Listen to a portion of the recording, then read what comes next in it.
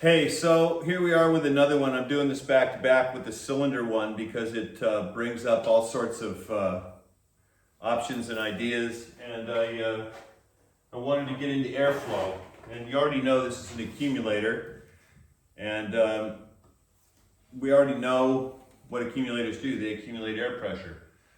So here's a sample of how mine works. Here's the accumulator bottle. Here's the valve, which is my safety, which keeps it closed until I want to deliver it to the trigger box, which is down on the floor. There any variety.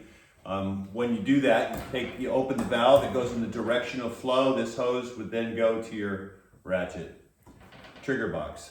This is your fill, and this goes directly to a scuba bottle.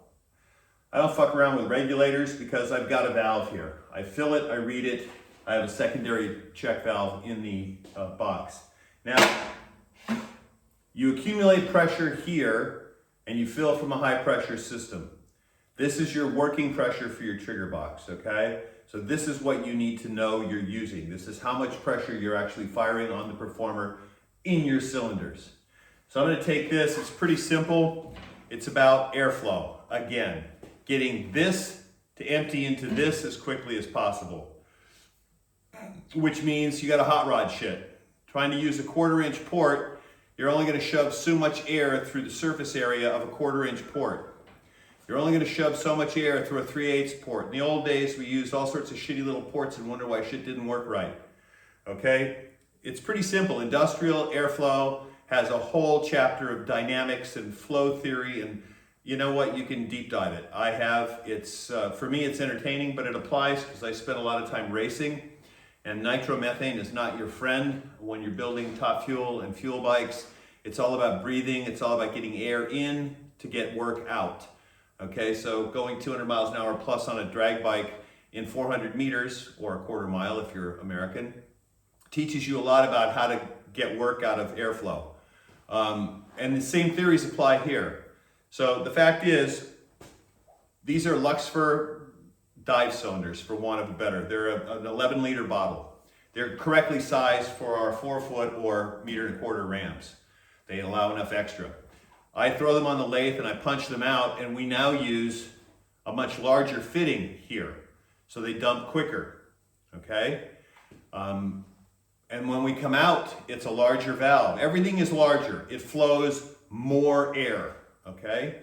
Now, that's pretty moot point if you've got a valve system that can't handle it, nobody gives a shit. So you eliminate restrictions. It's hot rodding anything. You make this work, then you break that. You fix that, then you break the next thing down line.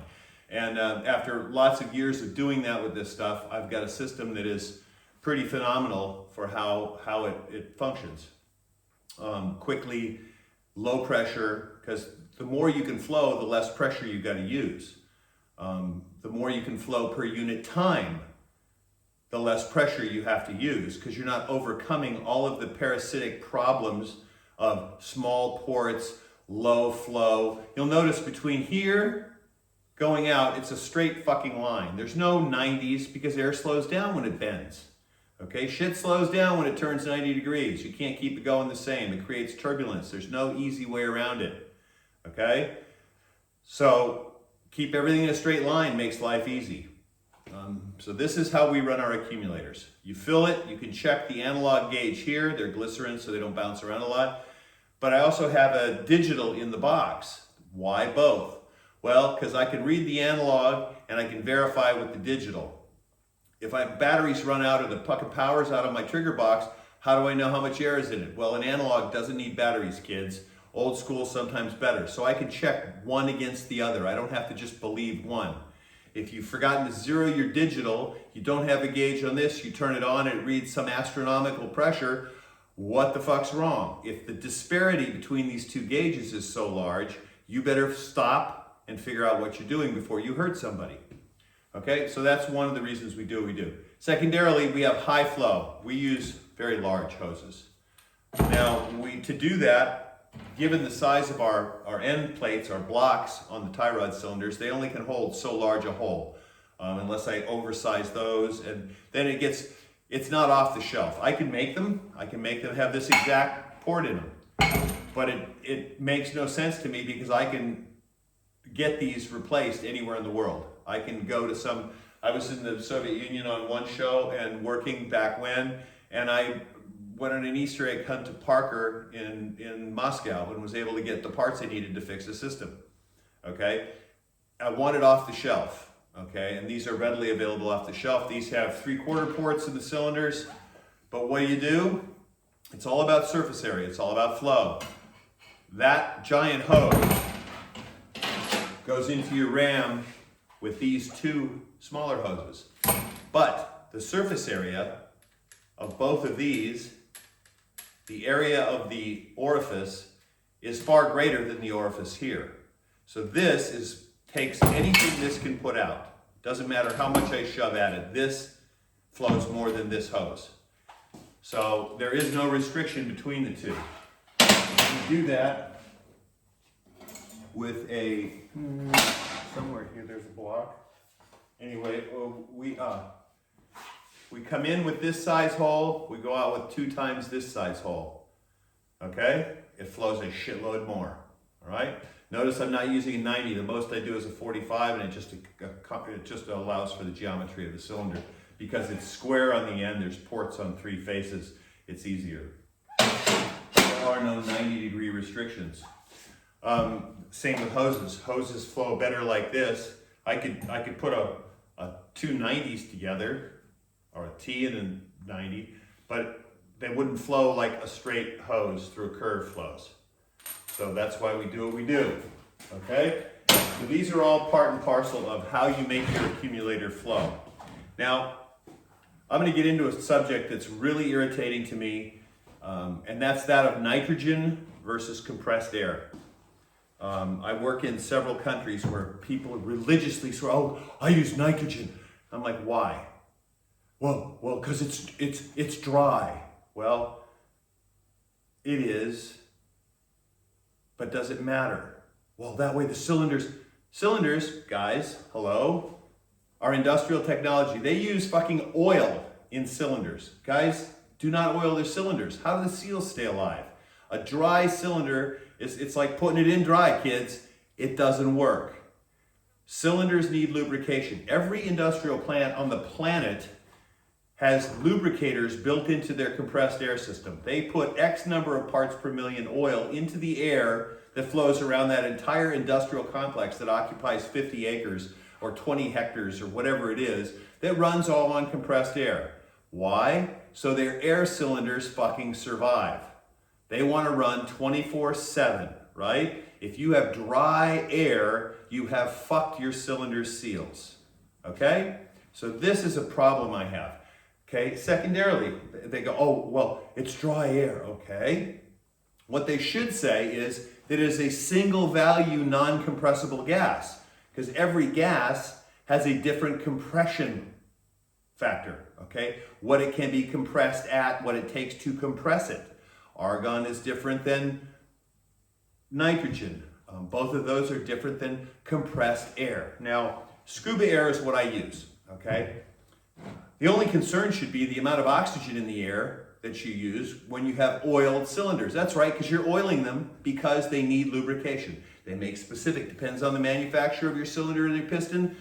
Some have special silicone lubricants, some have oil, anyway, you need a lubricant. And lubricants are known to not work well with oxygen. Hey, that's why you don't have oil in the seals on an oxygen regulator. That's why you don't have lubrication on oxygen equipment.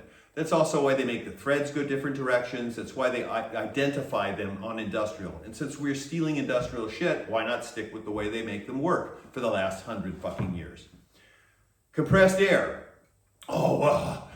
If you're gonna worry about oxygen level, great, because over a certain compression, the air as it compresses in the back of the cylinder, I've watched them diesel, I've seen flames shoot out of large special effects ratchets. And that's because you didn't purge the backside with nitrogen prior to compressing the pulling side with high pressure. And I'm talking 300 bar, kids. I'm talking a 6-pack of nitrogen in a 12-inch bore cylinder pulling 1 to 10, throwing a car 100 meters through the air. I'm not talking a person, okay? So Compressed air, at that point, nitrogen is important because you're eliminating, and it's not even the air going in one side, it's the air that gets compressed on the other side with the oil that can become flammable. At the pressures we run, which are 10 to 15 bar maximal, except for some occasional instances when we use them as decelerators,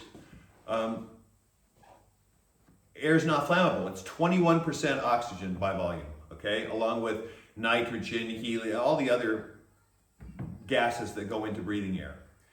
Compressed air from a diving compressor is dried. It is a 4-stage. I have it over in the corner over there, a nice caliche. It's a 4-stage, carbon filtered. It drains the water out of the air as it compresses it. It cleans, it's breathing air. It's the same thing we have out here, only it comes out of the bottle at 220 bar. So I use that. Why? Well, because it works, because the bottles are this size, they're aluminum or aluminium. I'm not lugging some fucking 6 foot tall, 200 or 300 pound stupid nitrogen cylinder that has to use a regulator and a special connection that's different, by the way, country to country. Okay, if you're in the Emirates, it's a different fitting. They're CGA fittings is what they're called. And I have every one there is worldwide. But that means you have to change your regulator fittings to fit the local bottles, and you have to order them ahead of time, etc. Fuck all of that. We use compressed air. The compressed air in this bottle is dry as dry can be. Okay? It is 21% oxygen, just like air outside. The cylinder's not exploding as we speak right now, is it? No. Okay? So 21% oxygen level is the same as what's in your breathing air. It is already dried in the dryer. So why are we fighting carrying big, stupid, ugly, heavy nitrogen bottles around, okay, to fill this with a compressed air, compressed gas product? Makes no sense to me. So I use a diving compressor. For every ratchet, we have 2 bottles, and they run at 220 bar. So I get X number of shots per bottle, swap it over, and it takes 20 minutes to fill a new one. I can keep that running all day long. It's gasoline motor powered, so I can do it anywhere, anytime, and just churn them out. So now I'm carrying 2 bottles that I can hold in one hand each, like going diving, and carry them anywhere on a set, even if I'm in the ass of the woods in the middle of nowhere and it's a pain in the ass. They're the same size as my accumulator. They lay next to one another quite nicely in the setup at the base station. And they function quite well. Now, if you want to be picky, you could say it's a multiple gas. They compress at different rates. Yes, it's true, but is the rate different? Is it noticeable for us in its use? No, not really. Now, theoretically, it is different, but it's not something you or anybody will ever see because we're not operating at 300 bar, okay? Secondarily, because of our pressures, we don't have some of the constraints that we do. Even all this plumbing is rated to 300 bar here, plus, just as a design factor. We don't need to stick with an inert gas. I'm not going to use a flammable gas. I'm not going to use acetylene. I'm not going to use propane. But if you're in Thailand and you can't get nitrogen, what are you going to use? Well, argon works, so then you get argon bottles. Oh, you need a regulator, you need a different fitting because the fitting's different. Fuck all that. We use compressed air, period. And for all the naysayers, oh, it's dry. And I've heard stories from other guys that work with me that go on other crews. Guys, they have them disassemble the rams and clean them and dry them and wipe them down and put them all together dry. I'm like, what a fucking idiot. Because all that's going to do is destroy your seals. Rubber does not like to be unlubricated, okay? Rubber will degrade. UV degrades rubber. Oxygen degrades rubber. Air degrades rubber. Fucking heat degrades rubber. All of your seals are made from, now if you want to go to Vuitton seals, they're even better. They're going to cost accordingly. So why not lubricate your cylinder? It's funny enough, every industrial plant over the last 100 years has lubricated these to extend the working life of these cylinders because even if your plant runs 24/7, there are going to be a couple of down days where one shift every couple of days for 8 hours, shit's going to get fixed so that it can keep running. Okay, we're talking 3 shifts a day all week long. So that's 21 possible shifts a week. And out of that, 2 shifts of 8 hours will be designated to maintenance. Think of it. You've got these cylinders doing, a few 100,000 strokes a day, or 1,000 strokes, or 10,000, whatever it takes for the specific industrial application. Over time, this shit goes south, okay? How do we prolong it? How do we reduce our downtime? Oh, we put lubrication in them. Okay, how do we do that when there's 500 cylinders in a factory, or 1,000, or 2,000? Well, we put air into them, so we put oil, mist, into the air. Hey, look at that. So these are being lubricated to function properly, okay?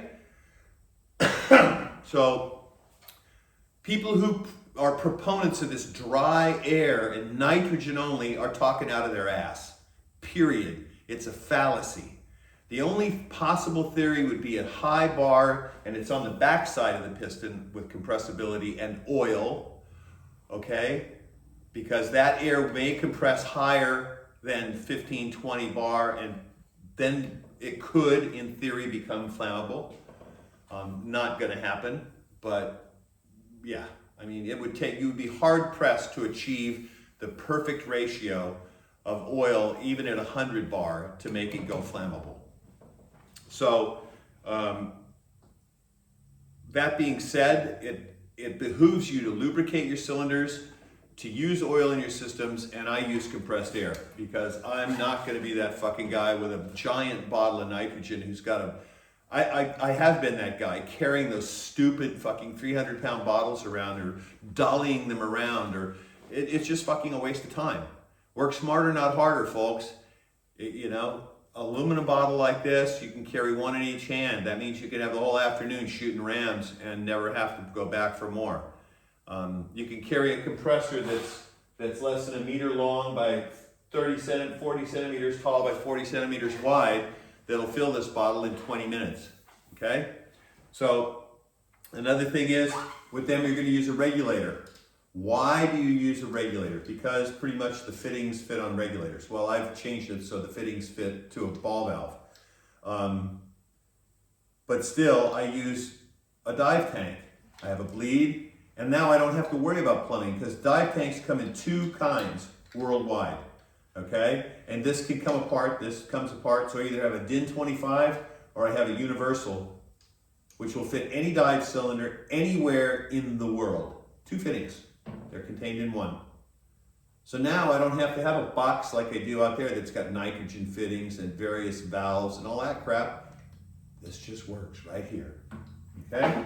So that's accumulator and air delivery. It's about volume, the shortest possible time, and flow, okay? Getting it from here into here with the least restrictions possible to get the most horsepower out of this, because remember kids, you don't have to use all the horsepower, okay? You can throttle it way down. You don't have to use it, but if you need it, it's there. The more efficient, the more ported, the more hot rodded the system is, the better it works, okay? So that's how we operate. And this is air quality. Remember, fucking dry nitrogen is not the answer. It's a stupid wives' tale from people who are ignorant and keep purporting that they know. Lubricate your cylinders. When you get them, use the correct lubricant for the seals, okay? Doesn't mean they gotta be dripping oil out of every orifice. It means you lubricate them occasionally. That way this stays alive, it works really good with this, and you end up flying your Performer way better. That's the bottom line, okay? So that's my big peeve with people in nitrogen and air quality, accumulators, and a good lesson on flow. Straight lines work nice, 90s don't, okay? So flow the air, get it in there. If you can't get it in, you can't perform the work. If you can't get it out, you can't perform the work. We talked about that on this closed system. This system is the same. It's efficiency every step of the way. All of those things add up to making a good system. Remember, it is a system. It's not just having this be big or that be big or that. It all works together, folks. So if you want your system to work, you have to be thorough along every step of the way. All right? So we'll get into trigger boxes if I feel like it later. All right? Thanks.